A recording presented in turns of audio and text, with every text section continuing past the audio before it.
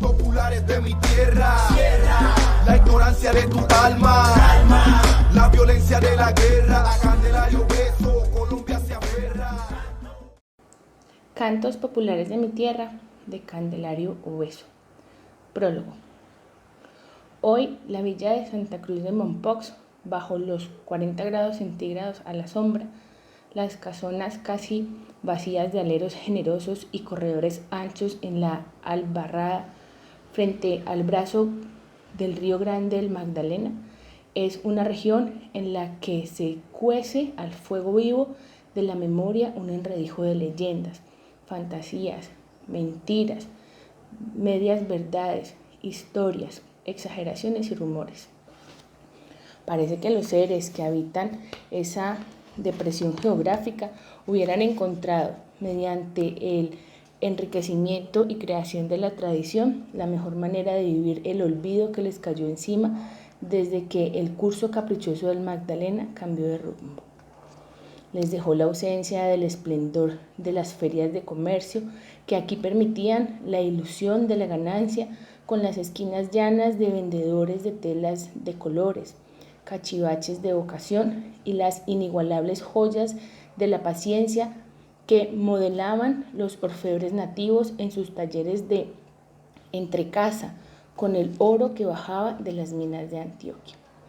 Los dulces y quesos caseros se cubrieron de hongos y líquenes en la penumbra de los anaqueles. El circo, que hacía su gira por el mundo en el buque de 2 cubiertas y bodegas con jaulas para los elefantes, leones, gorilas y jirafas, quedó varado. Ningún remolcador pudo desencallarlo y se deshizo recostado contra las raíces al aire de las ceibas, como un carcamán fantasma. La última sobreviviente, una maromera rusa, murió de vieja mientras vendía por las calles de arena suelta íconos del monasterio del Diezmo de Novgorod la Grande entre los golpecitos de los martillos de joyeros que salen de los patios a todas las horas, machacando la misma pieza de metal desde quién sabe cuándo. Sumida en la miseria y el asombro silencioso de su desgracia, Mompox se aferró a lo que tuvo y no estaba más. Tejió el hilo secreto que da la vida a los recuerdos y mantiene una memoria viva. Allí se encuentra el sueño intranquilo de Alejandro Humboldt, la noche que pernoctó en la villa, acosado por el almizcle intenso de los cocodrilos. Flota todavía la pasión sin cura del amor resuelto de Anita Lenoyd por Simón Bolívar, los cuchicheos de noticias secretas que en las letrinas colectivas circulaba la servidumbre a la ocasión de hacer del cuerpo. Se recuerdan las disputas entre comunidades de la religión católica por asuntos intrincados del dogma. En el cementerio, con su frase enigmática de secta, se levanta el busto de Candelario Obeso en una intersección de senderos y entre los arbustos. Este poeta de la villa de Santa Cruz de Mompox comparte el destino de incomunicación y olvido que caracteriza a la isla fluvial de 2.930 kilómetros cuadrados, prisionera entre el brazo de Loba y el de Mompox. Candelario Obeso nació el 12 de enero de 1849 en la Albarrada del Santísimo Sacramento. En Mompox se llama Albarrada a la calle que bordea el río con un muro de contención para las crecientes de invierno. Aunque el origen de la muralla fue una disputa entre la familia de un marqués y la de un maestre de campo, hijo de un abogado liberal con aficiones pedagógicas y políticas, Eugenio María Obeso, y de la señora María de la Cruz Hernández. Candelario creció con la madre, como la mayoría de los hijos extramatrimoniales. Ella tenía el oficio de lavandera, que atendía en su casa, la cual carecía de aljibe. A pesar de la estrechez económica, Candelario Obeso realizó los estudios posibles en el Mompox de esa época, dentro de un ambiente de libre ejercicio de la enseñanza introducido por Tomás Cipriano de Mosquera.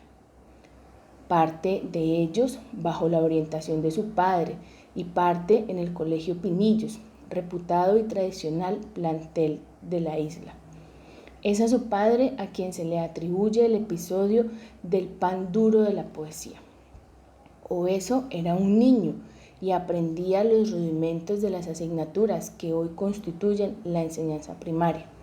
El padre fue a revisarle una tarea y le encontró alguna composición literaria precoz. Le estrelló los papeles en la cabeza mientras gritaba la admonición: los poetas, hijo, comen el pan duro. Una vez concluyó los estudios que podía adelantarse en Mompox, Candelario Obeso remontó el río y llegó a Bogotá, la capital de la República. Ese sitio lejano para el resto del país, escala del cielo para los artistas y los políticos, desde donde se hacía y se deshacía con proclamas, reglas del buen decir, guerras, decretos, constituciones, conspiraciones, complots, enredos mil. Todo ese destino ajeno a una población disímil y regada en una geografía sin semejanzas. En Bogotá, Obeso es becario del Colegio Militar cuando éste es clausurado.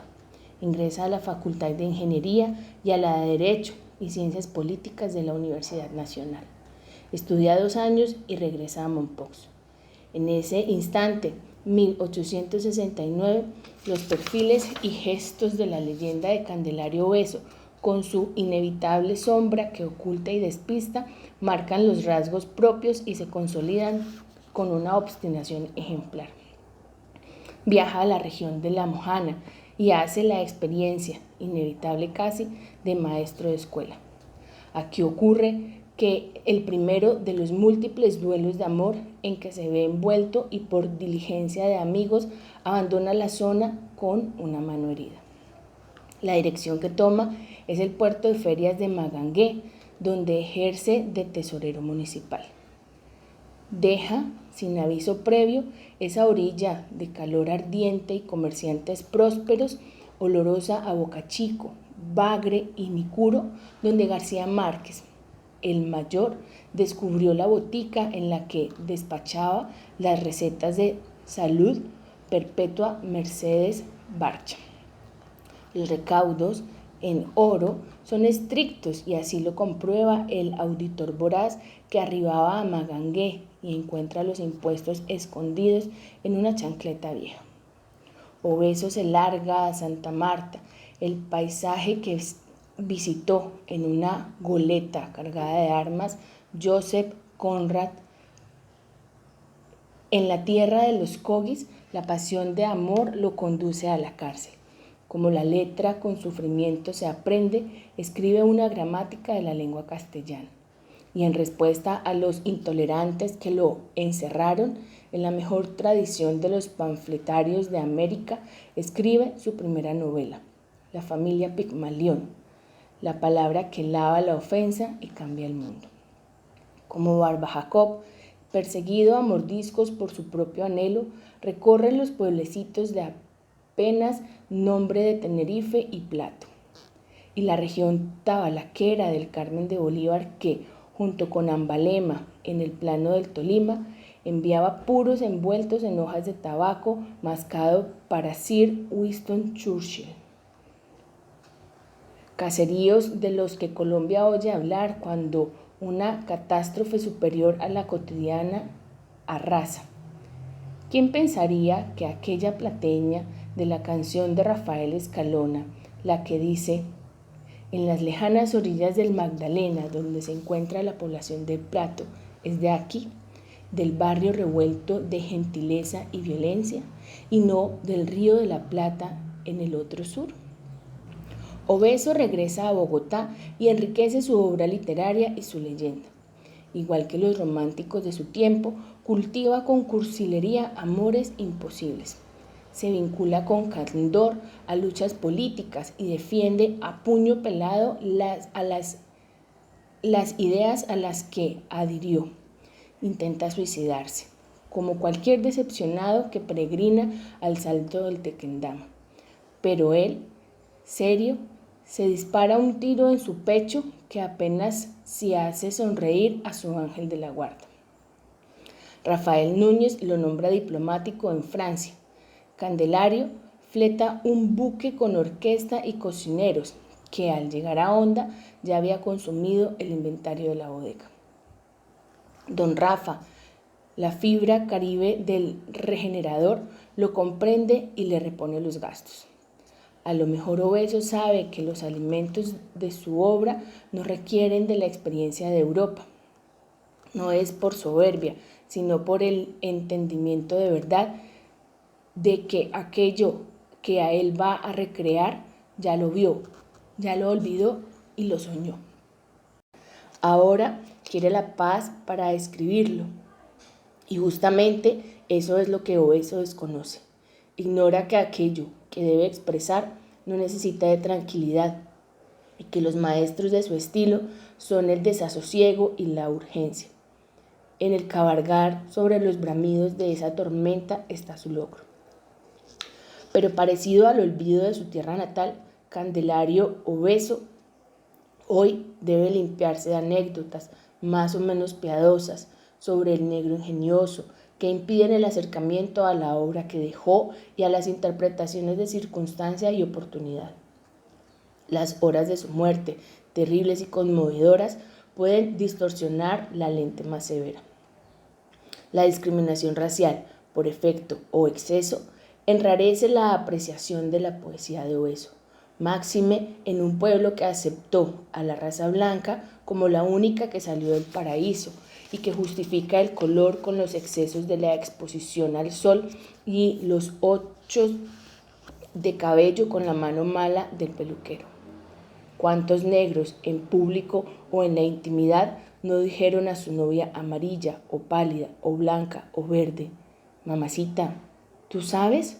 Un día me quedé dormido en la playa y me quemé. ¿Sabes? Nunca me volvió el color. Congruente con la vida andariega que sobrellevó, Candelario Obeso leyó una obra dispersa y de calidad desigual. Escribió trabajos de enseñanza del francés, del italiano y del inglés, cursos de aritmética, manuales de gramática castellana, novelas. Tradujo tratados de táctica militar sobre la infantería y la artillería. Realizó traducciones de poetas ingleses, alemanes y franceses. Ensayos políticos de coyuntura como aquellos contra Santiago Pérez. Teatro. Secundino el Zapatero, que dedicó a Rafael Núñez, y sus poemas, entre estos, de manera fundamental, Cantos Populares de mi Tierra, publicados en 1877. De alguna manera, Candelario Obeso rindió tributo a su condición racial y produjo los ideologismos imperantes, fáciles por demás, sobre el color. Sin embargo, los 16 poemas que publica esta edición muestran la clave de su estética. En Cantos Populares de mi Tierra, Obeso revela el límite de su aventura poética y la propuesta de una poesía inesperada en el momento novedosa. Guillermo Alberto Arévalo acertó en el secreto de Candelario Obeso. Él consiste en que el poeta errabundo de la villa de Mompox debe ser traducido. La traducción permite disfrutarlo y lo rescata de las falsas posturas que se pretenden autóctonas, porque su escrito rememora un habla ya irrecuperable. Y aparece desnudo con la frase que alguien algún día repite sin saber de dónde le viene, pero la siente y lo estremece porque lo interpreta con lealtad. El milagro de la poesía que sobrevive a los textos, y Obeso canta el desarraigo, el amor al sitio que nutre, el fastidio por la desigualdad injusta, en suma, el poeta confundido con el medio. El riesgo, en esos años en que escribió y le abrió espacio en el universo a lo que antes no existía, es suicida. Y Candelario Obeso se aparta con la actitud de su obra de la copia y el plagio romántico de los creadores que fueron sus contemporáneos. Se lanzó a la búsqueda de una autenticidad que nadie percibía y corrió el peligro de encontrarla. Tal vez la declaración que hizo por fuera de los poemas suena hoy un poco exagerada, pero fue así. Había de comenzarse por imitar el brote espontáneo del sudoroso montaraz que compone coplas jocosas y les adapta música peculiar para endulzar las horas de fatiga, mientras derriba con el hacha el árbol centenario, impulsa con la pesada palanca la piragua aborigen. De este Candelario Obeso al credo poético de Huidrobo, con aquello de poeta, no imites a la lluvia, haz llover, el puente es corto. Poesía para transformar el mundo y alimentar la ilusión, poesía que hace blando y grato el pan que la vida endurece. Más allá y mucho más acá de un poeta negro y localista para ideólogos sin programa y recitadores que imitan las hablas regionales, los lectores encontrarán en el presente libro un antecedente imprescindible del rompimiento con la lírica romántica predominante y, por lo tanto, una apertura en la poesía colombiana. Los estudiosos podrán observar en la traducción de Arévalo las reglas morfológicas y fonéticas que aplicó el poeta en su construcción. Varios historiadores, al examinar el transcurso de la villa de Santa Cruz de Mompox, repiten una frase anónima. Ya por Mompox no se pasa. Se llega expresamente. Así ocurre con Candelario Obeso. No es un lugar común de la poesía nacional. Para conocerlo hay que proponerse la visita. Y la visita, fresca y reposada, es lo que ofrece a los lectores esta publicación que ayuda a encontrar los eslabones perdidos de la poesía colombiana. Cuando en el cielo falta una estrella, hay que remar y remar. Roberto Burgos Cantor. La presente edición de Cantos Populares de mi Tierra de Candelario Obeso se basa en la realizada por el Ministerio de Educación Nacional, Biblioteca de Cultura Popular Colombiana en 1950.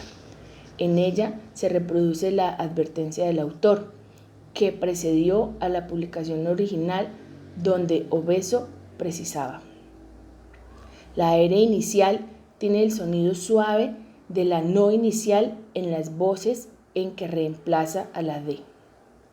El sonido C es fuerte en las dicciones como esta: libertad, fic mesa. El de la articulación J, cuando suple a la S, es por extremo breve y un tanto cuanto oscuro.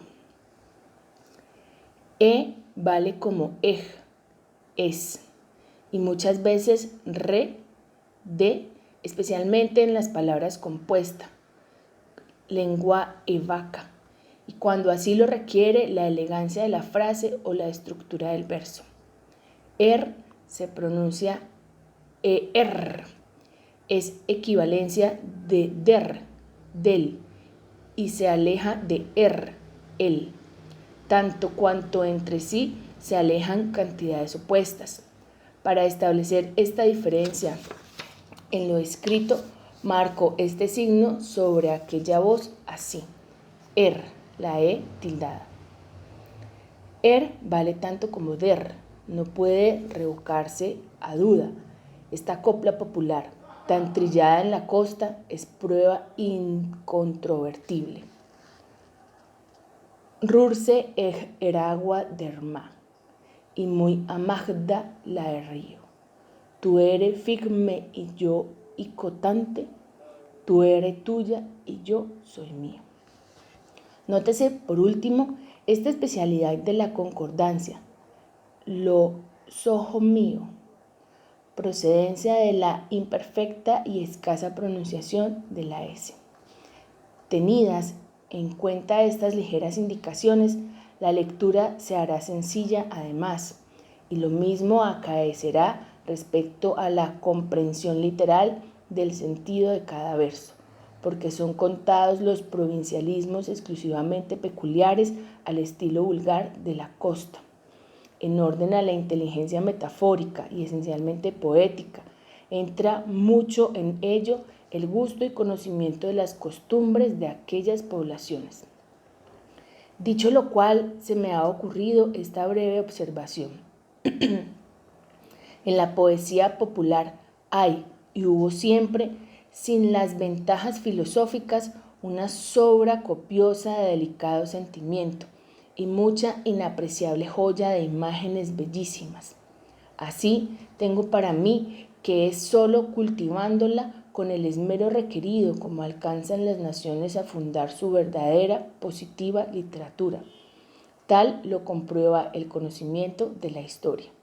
Ojalá, pues, que de hoy en más trabajen sobre este propósito en la medida y el modo conducentes a un pueblo civilizado, los jóvenes amantes del progreso del país, y en esta suerte pronto se calmará el furor de imitación, tan triste que tanto ha retrasado el ensanche de las letras hispanoamericanas.